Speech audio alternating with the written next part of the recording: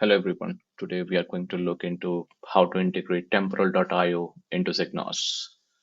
Temporal.io is a tool to run workflows, async workflows specifically with durable execution. And we have launched an OpenTelemetry native integration with Temporal.io.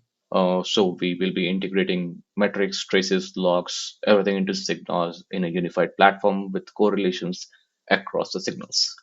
To get started, I will show you where you can find the docs to instrument your temporal applications and workers properly so that you can get the OpenTelemetry native metrics. So this is the docs, SigNoz docs. You can go to integrations in the temporal sections. You will find cloud metrics and the different languages, Golang and TypeScript. Okay. So cloud metrics is something that the temporal server in the cloud exposes, and we will use promptly to scrape binary to get those metrics and expose them as endpoints, and we'll have a total collector to scrape the metrics. Now this can be pushed then to SigNoz Cloud, and you can download the JSON for the dashboard and import it and start viewing the data. There is another language-specific telemetry that you receive. These are received from the SDKs, temporal SDKs that you put into your applications. Okay. So you in metrics you will have SDK metrics, and you will have traces and logs data accompanying them. Okay. So you'll add interceptors to your code, and this sample temporal Golang OpenTelemetry instrumentation is available at this repository, which you can play around and browse the code so that you get easily instrumented into the OpenTelemetry ecosystem. You will add an interceptor and define the loggers metrics handler and the tracing interceptor. Once this is done, you can see the explanation of the files, or what they're trying to do. Probably like these, the ones export the different attributes of temporal, like workflow type, activity type, and namespace, so that you can slice and dice on the data.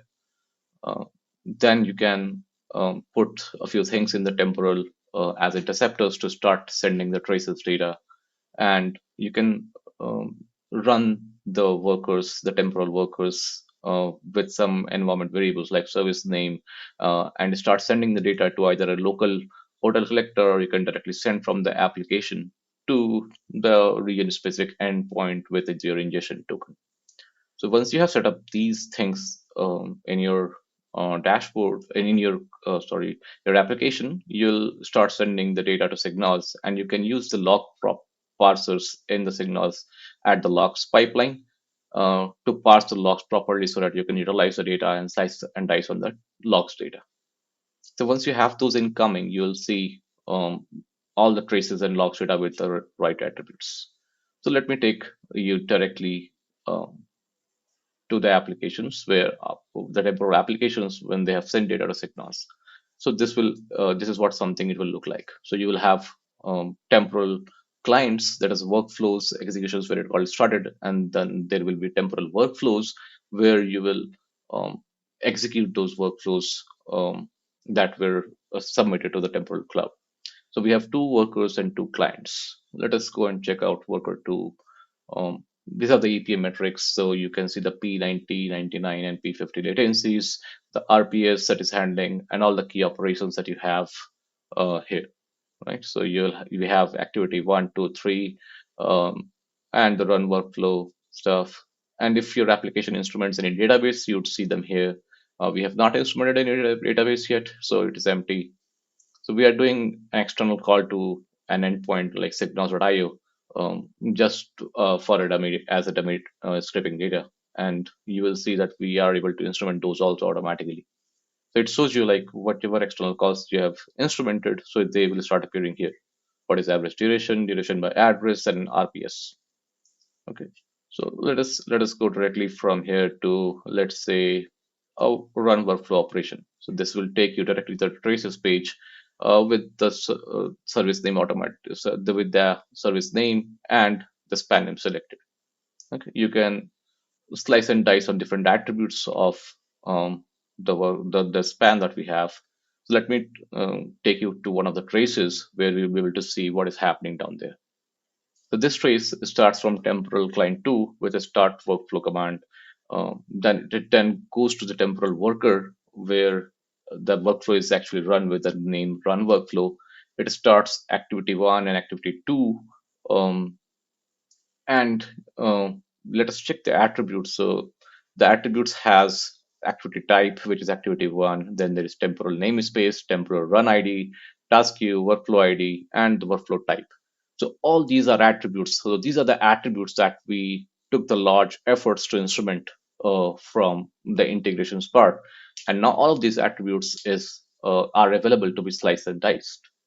Okay, so let me take you to an example where you want to um, see uh, average duration of all the activities. Okay, so let me will do workflow um, ID exists to make sure they are temporal, or you can just grep on uh, the service name or uh, even the name of the span.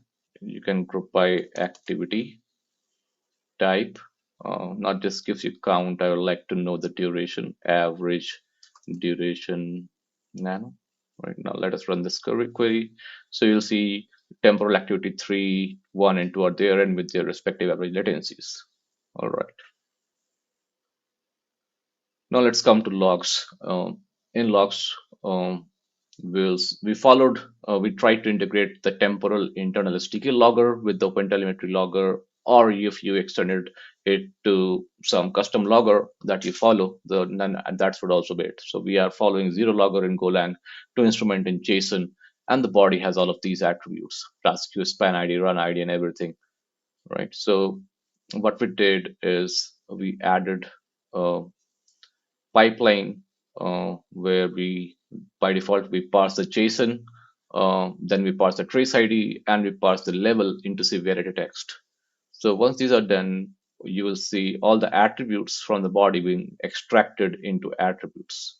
So you can see trace ID, task queue, worker ID, worker type, workflow ID. So this enables all the same slicing and dicing of data. From apart from slicing and dicing, you can go to traces directly from the logs here. Okay, so you can click on the trace ID part of the logs, and you can see, okay, which trace did it belong to. Now, from even if you're in some traces specifically, you can go back to the logs and check which logs would it belong to, right? So this traces to logs, logs to traces is out of box available once you parse the trace ID in the logs properly. Now let's go to metrics. So we have a couple of dashboards, like one is temporal SDK metrics that you get along with the instrumentation that you did in the integrations, and you will be able to see like what is the workflow task execution latency, what is the end-to-end latency here. It is around 6 to 7 seconds. So this is scheduled to start latency. So workflows completed by type, 1 day, how many temporal requests, number of uh, pollers, request latency, 90, 99, 50. All of these things will be available, right? And these are SDK metrics. So if you have interest in schedule to start latencies, you will find them in the SDK metrics. Now let's look at the cloud metrics that we have. So we have worker poll success rate, and all of this timeout rate and all of these metrics here from the cloud. Um, Front-end requests that are being served is also here based on different um, uh, the task queues and all.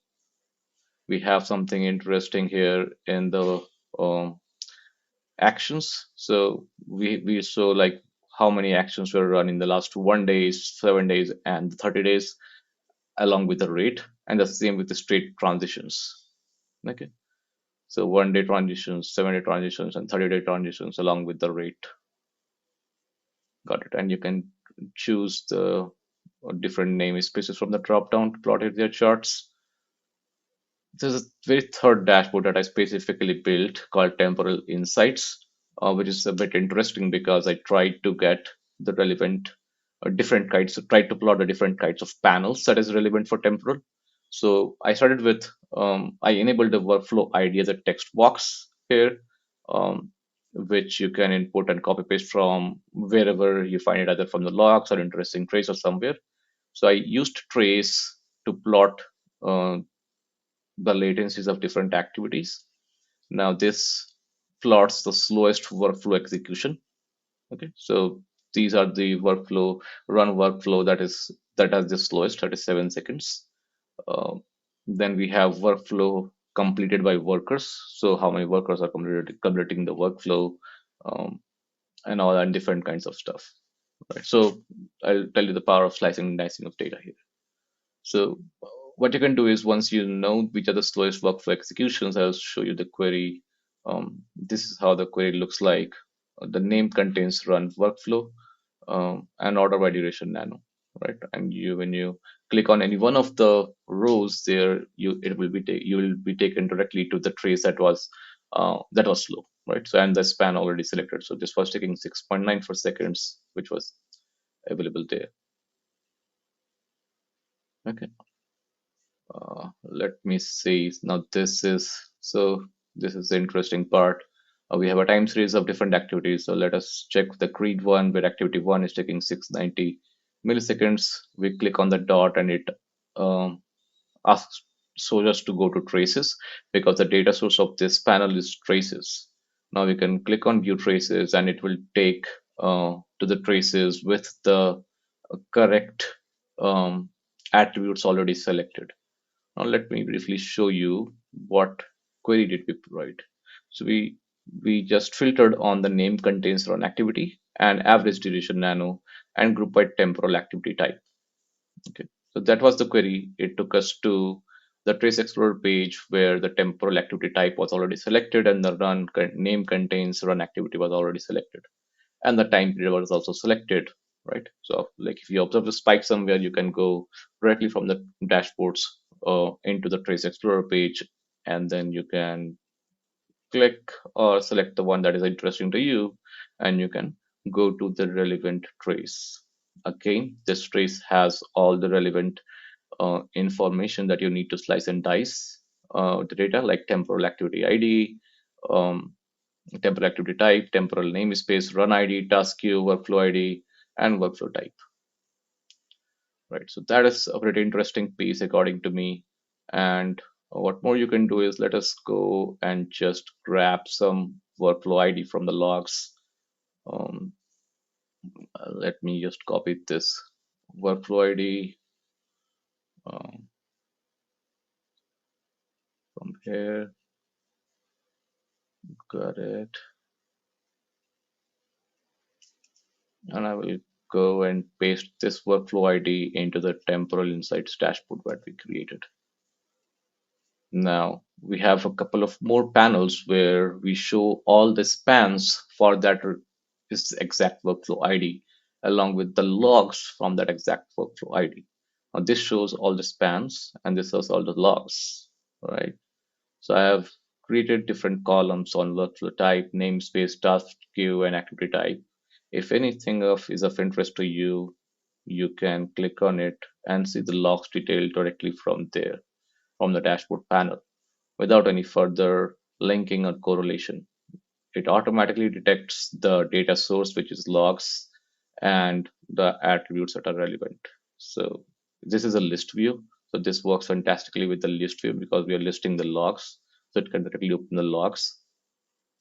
The same should be true for the traces also, because we are listing traces with different column names. Let's just click on this run activity, activity 2. So it will take me to the right trace, and this run activity, activity 2 will be automatically selected.